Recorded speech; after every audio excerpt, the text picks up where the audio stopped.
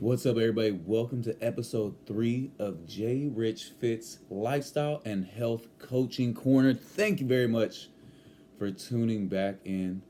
So, in episode 1 and 2, it was very confidence and it was how to develop it, how to get it, if money does or doesn't help it, if fitness does or doesn't help it. Mainly, we were focusing on that, but with confidence, I always feel like it's created through a village. So people help you develop confidence. People show you the way when it comes to confidence. So we're a transition from confidence to people. The topic of today is how to create the right support system and how to get rid of dead weight. First question, what does the right support system look like? So for me, I feel like the right support system is people that have the common interest that you have. So if you guys all have the same common interest, then you're gonna do well. If it's positive, if it's motivating, if it's healthy, I think those are the people that you need to be around. I think those are great support systems. Family is a great support system. They're the ones that are there in the beginning, showing you the right way or showing you the wrong way, depending on what kind of family member you have. But I think that it stems off of family first, because when you're a kid, that's the only support system you have is your family. And they're going to teach you moral, life, and all those other type of lessons that'll come out of it. So I think family is big to begin with. Then comes your friends. Your friends almost make a bigger impact when it comes to your support system and who you look towards, depending on what stage you're in. Because I feel like in the beginning, when from 0 to 6 or 7, it's family.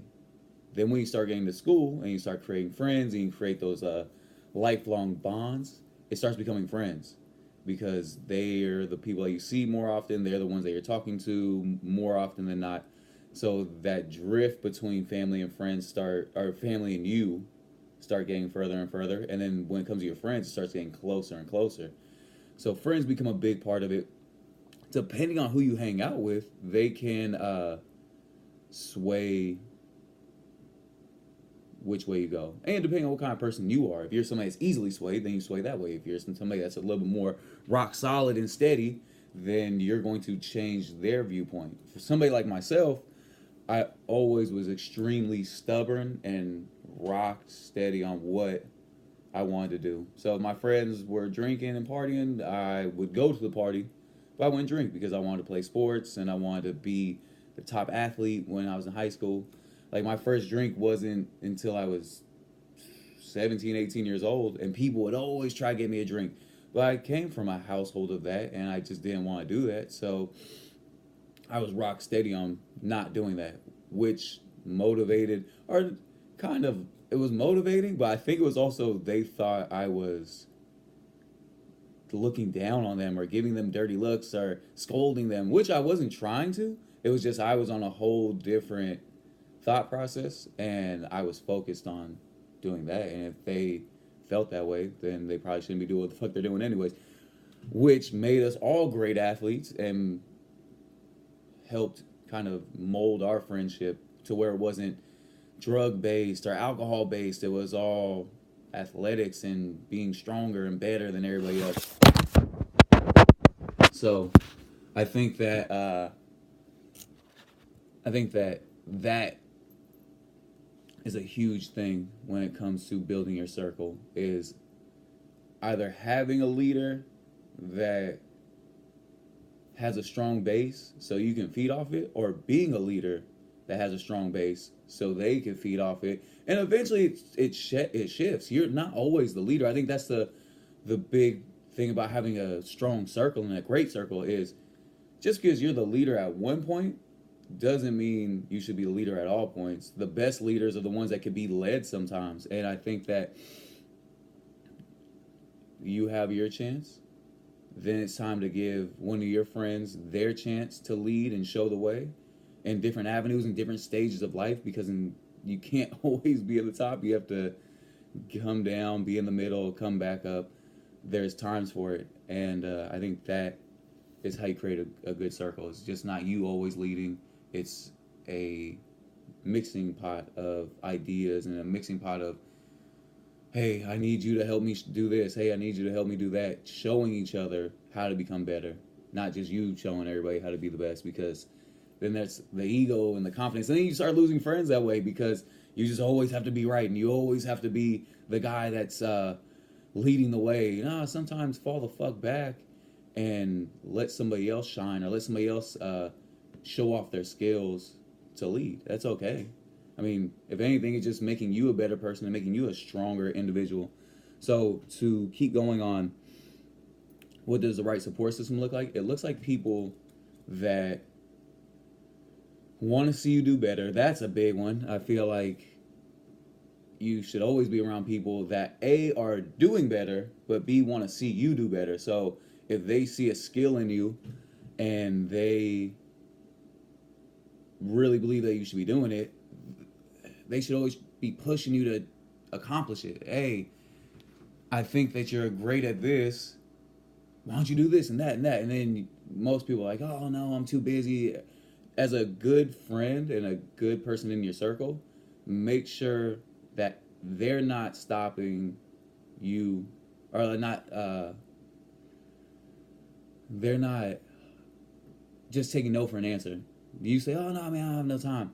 And they keep coming back. Well, hey, man, you got time to do this, or you got time to do this. So make the time to step forward. I think that you're good at this, so keep doing it. And vice versa. If you are somebody that's coming up with those issues, I don't have the time to do it, make sure that you have the people in your circle that are always pushing you, always trying to find an opening to get you to try this or do this in a positive step. And most of the time, the older you get, those positive steps are financial stability. If I see a skill in a friend of mine, I'm going to I'm going to motivate them to take those steps forward because it's better for their family or it's better for them. So I think in a strong circle, you're not only trying to prosper yourself, but you're trying to make everybody else prosper around you, because you guys feed off of each other. And it's not good to just be the top dog, always making the money, always doing this. No, you should see a friend do something and get motivated and be like, man, I love what you're doing. How could I do that? Like, I need to pay attention to what you're doing, and then I need to grow from that.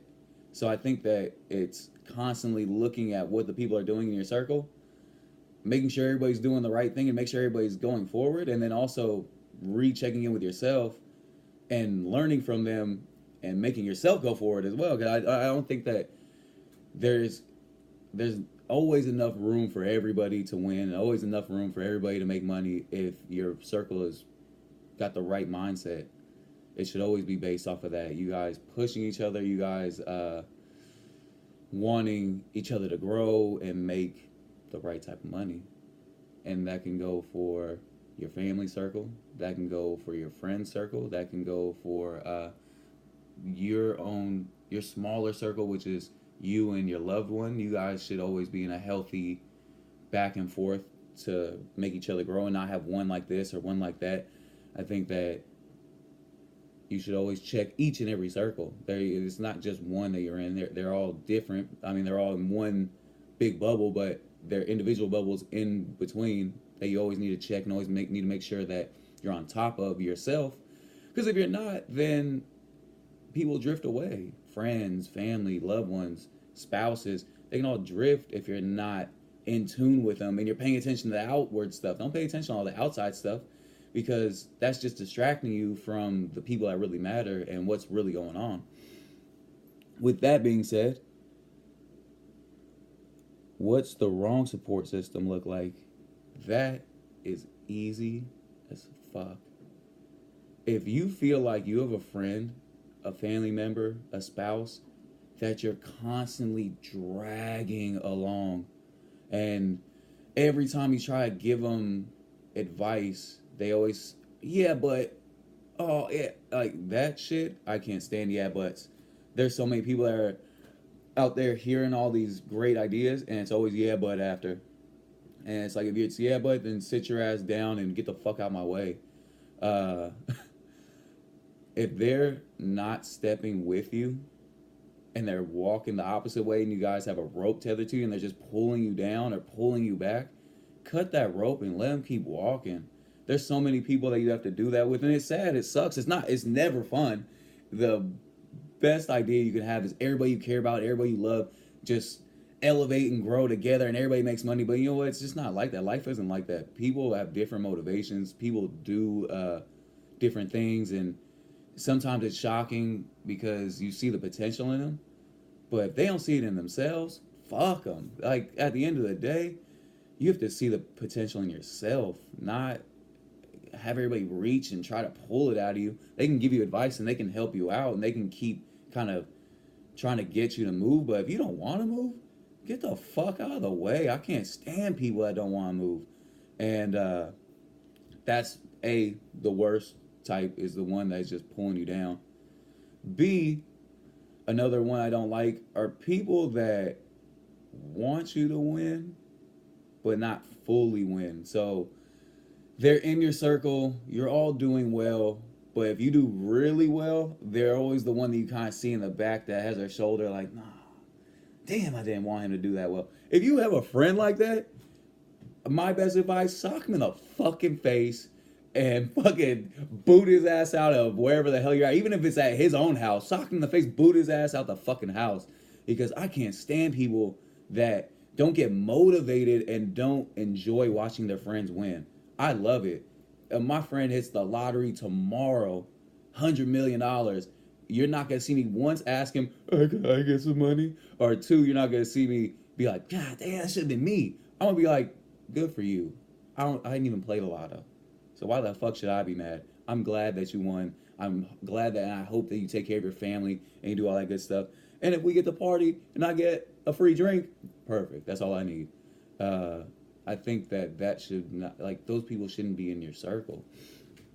Or the draggers and the people that really don't want to see you fully win if they're not the top dog. Those people suck to have in your circle. And I think other types of people that are shitty to have in your circle are the unmotivated, the ones that enjoy like being where they're at. If you're elevating and you just see them staying there, it's okay to still be friends and them not be fully in your circle. Like there's acquaintances, there's people that you know, there's work friends, there's those soft friends. And not saying they're soft, but I'm saying like your relationship with them is very on the surface. It's okay to have those people. It's okay to like talk to them. It doesn't mean like if I have a circle, I just with my circle, everybody get the fuck out of the way. No, you can still have people that you're on the surface with. And you can have people in your circle that turn into that, where you're constantly trying to elevate and motivate and go, and that's just not their thing. That's okay to have that not be their thing. It's not for everybody, because some people like the 9 to 5 regular grind job and just do what pays the bills and all that. That's absolutely fine. But if you're somebody that isn't like that and you're constantly going upward, don't have those people make you feel bad for wanting more and doing more and being a fully utilized individual. Because a lot of people are too scared to utilize their whole being and figure out what they're great at and go do it. Some people just want to work, retire, die. Fuck that. If you're watching this, please don't live like that. Don't work until you retire and then look back right on your deathbed and be like, I wish I would have did this or that. And then, the fucking you're dead. Don't do that. If you have ideas and you have motivations, try them. This is the golden era to try stuff. There's no, what I'm even doing right now, this is all free. I can just try it, and if people like it, cool. If they don't like it, then fuck them, man. I'll just keep doing it anyways. No, I'm just kidding. They can stop watching and do all that type of good shit. Let's move on. But yeah, those are people that I don't think should be in your circle. The unmotivated, the jealous, the people that are dragging you behind, people that also really, at the end of the day, just don't like you. They say they're your friends, and everybody's got these people. They say they're your friends, and they smile when they see you, but that hug isn't genuine. That compliment isn't genuine. It's always some snarky ass remark kind of behind it. If you have people like that, get rid of them. There's no need for them. And I hope that they all just find each other and they just sit there in their fucking black hole of wherever the hell they live, and they can just sit there and talk shit. And that's the main thing. It's so easy for people to talk shit and see what you're doing and be like, oh, well, that's a stupid thing you're doing, while they're sitting there not doing a goddamn thing. So it's like, that's what I look at. What are they doing? Like, if you're doing something positive and they ain't doing shit, don't even pay attention to them. This is a big one. Should you always have the same opinions slash agree at all times? No. If you have a real circle of strong individuals that want to see everybody do better, you shouldn't always agree all the time. You shouldn't always have the same opinions, because there's no growth with that. If I blurt out an idea and it's stupid, and all my friends are like, that sounds great, you just wasted a whole bunch of time, because all you had to say was, hey, Jake, no disrespect, that's not the best idea, and I don't think it's going to make you money or get you into a better position, and I think you should do this. That is a gem right there. You just saved me hours upon days upon weeks of trying something that might not work. And don't just crush a dream, give them the breakdown. Like, really dive into a real conversation about their idea and give them a breakdown of why it might not work. Maybe you should try it at a different stage, maybe later.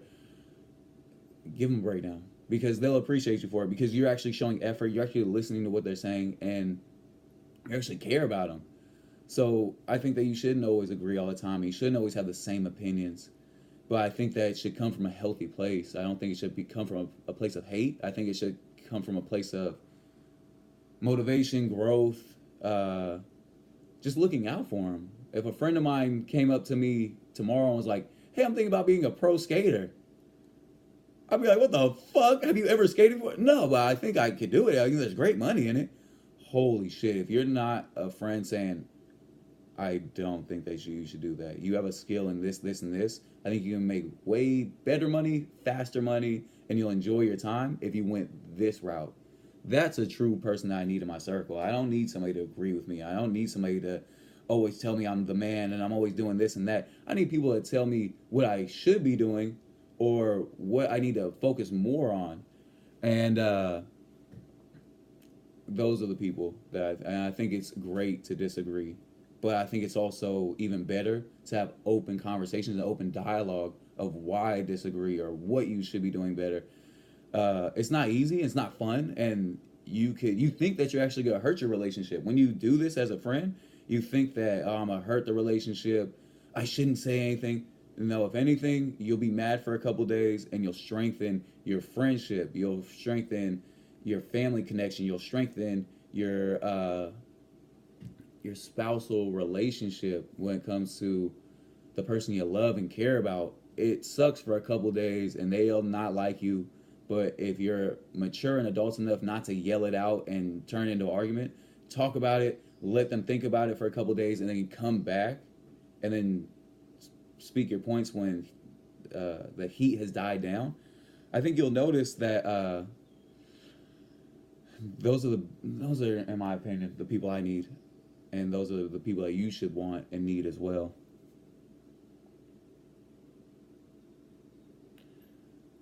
How should you take care of the people in your support circle, in your support group? And it's not a financial take care of all the time.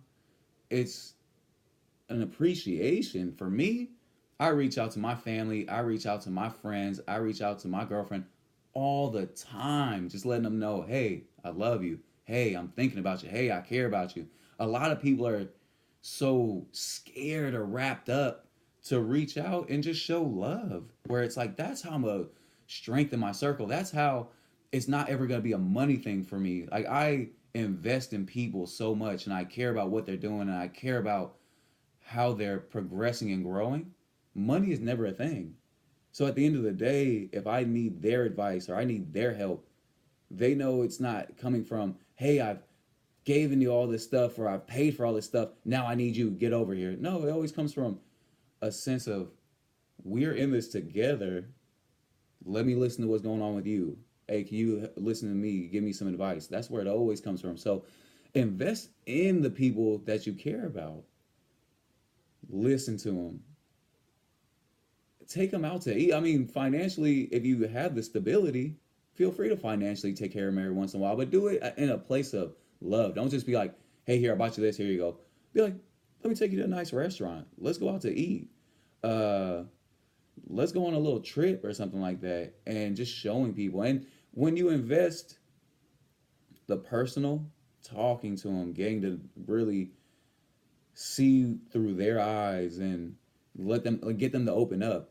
When you do something nice for them, they don't feel weird about it financially, because it's not like you're just giving them material things or money. It's all based off of that.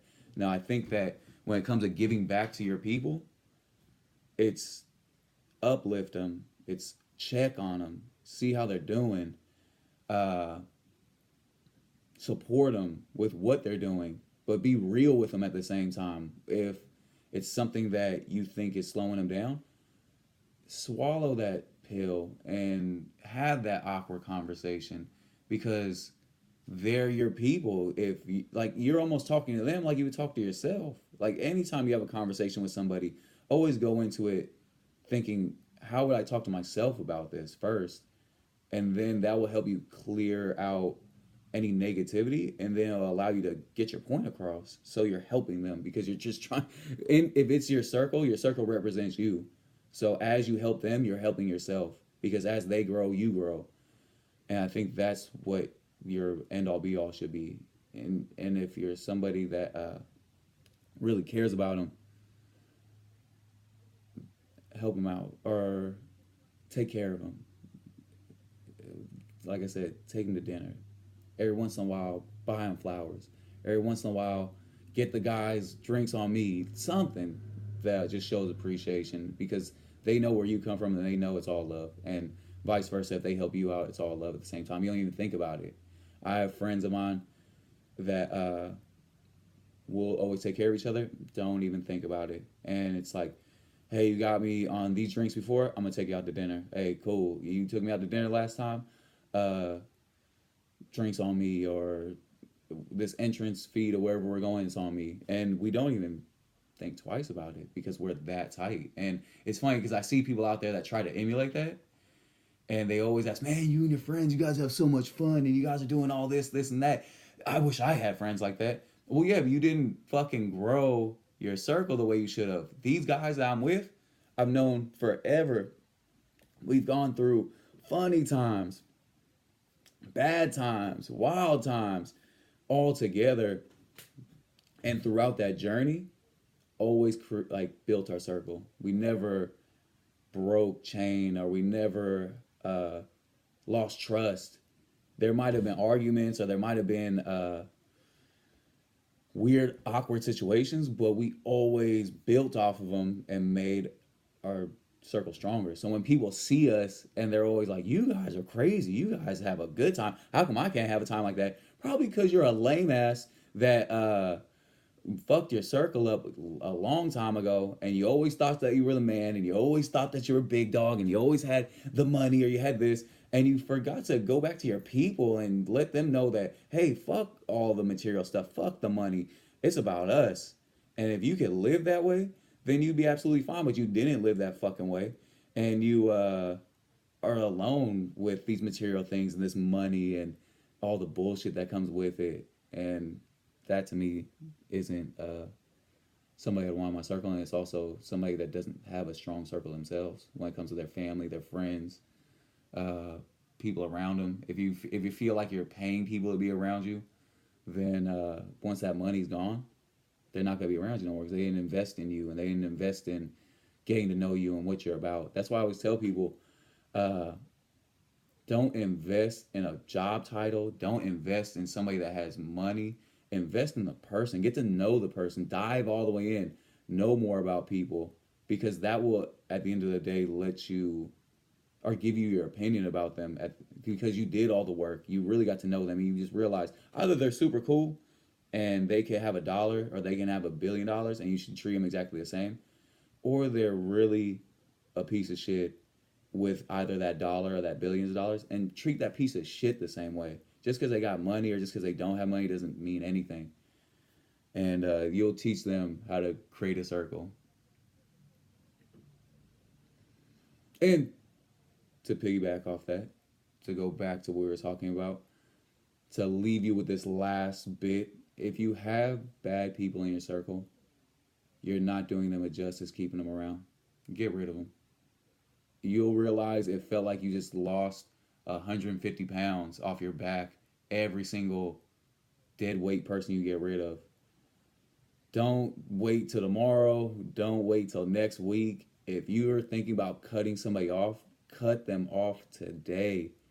And you'll feel 1,000 times better. And you'll feel like you have more motivation and more energy, because all people do, especially when they're dragging you down, is it takes energy to kind of pull yourself out of it. So once you've actually pulled out, all that energy you've been wasting doing that will just jump into you and motivate you to do something better.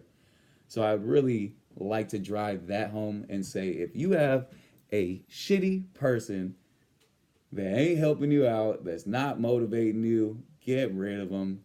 And they'll probably thank you for it too, because they'll figure out once they don't have that crutch that they have to do it on their own. And I tell people all the time, if you're an enabler, people don't want to die. So if you're somebody that's always providing for somebody, they love that. The second you don't provide for them anymore, they're not going to die. People will do whatever it takes not to die from starvation or not to die from hunger. So they'll find a way, but you need to allow them to find a way. If you're not doing that, then you're just as bad as them, because you need somebody to need you while they need somebody.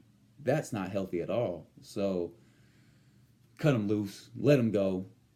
And this is the end of episode 3. Remember, what I'm trying to do is spread positivity, but also do it in a real way. People pitter-patter too much, and I'm not a pitter-patter type of guy. I like to go direct and speak the way I like to speak, and that's what these are based off of. So I want people to also speak the same way and say what you really want to say, and then comment and give me ideas of conversations and topics to talk about, and I'll talk about them. And I hope that you start talking about them too.